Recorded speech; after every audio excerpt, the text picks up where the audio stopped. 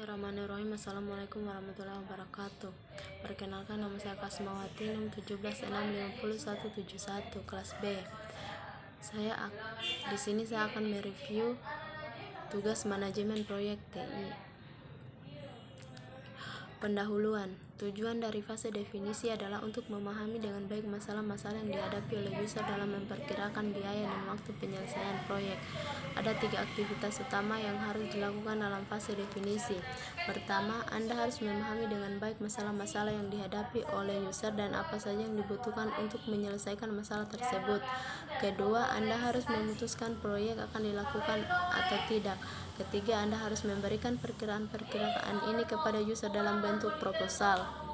Dokumen kebutuhan atau requirement dokumen. Dokumen kebutuhan menyatakan masalah-masalah yang dihadapi user dan solusi umum yang dibutuhkan, bahwasanya berorientasi pada bahasa yang digunakan oleh user sehari-hari dan jauh dari bahasa komputer. Kadangkala dokumen RD digunakan sebagai permohonan untuk sebuah proposal. Request for a proposal (RFP) ketika user menawarkan proyeknya kepada kontraktor luar. Hal-hal yang terdapat dalam RD. Proses ini adalah bagian-bagian dari RD. Pendahuluan.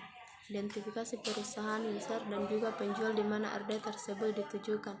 Tentukan masalah yang perlu diselesaikan, latar belakang, contoh situasi yang sedang dihadapi, motivasi-motivasi untuk menanggulanginya, dan lain-lain. Bagian ini digunakan untuk memperkenalkan potensi penjual kepada perusahaan, user, atau departemen jika diperlukan. Jelaskan kultur lingkungan dan bagaimana jalannya bisnis yang dilakukan. Berikan pengertian kepada tim proyek tentang masalah yang dihadapi user. 2. Tujuan proyek. Sebuah pernyataan singkat mengapa kita mengajukan proposal untuk pengembangan proyek. Batasan-batasan utama dalam penggunaan waktu dan keuangan dapat juga disebutkan. 3. Fungsi-fungsi utama. Pernyataan singkat mengenai bagaimana sistem berfungsi berdasarkan tujuan proyek yang telah ditetapkan. 4. Keluaran umum.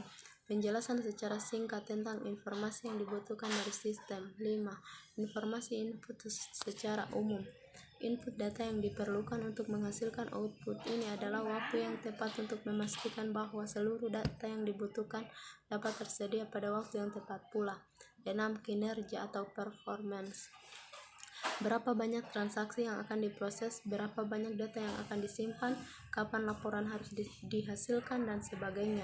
Jelaskan waktu rata-rata dan waktu maksimalkan proses. 4. Langkah manajemen risiko.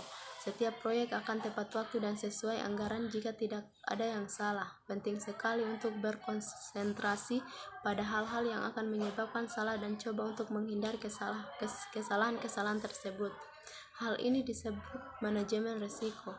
Manajemen risiko terdiri dari 4 langkah, yaitu langkah 1. Antisipasi risiko. Langkah 2. Singkirkan risiko yang mungkin terjadi. Langkah 3. Kurangi dampak risiko. Langkah 4. Tetap tenang ketika terjadi kesalahan. Lebih dan kurangnya mohon dimaafkan. Wabillahi taufiq wal hidayah. Wassalamualaikum warahmatullahi wabarakatuh.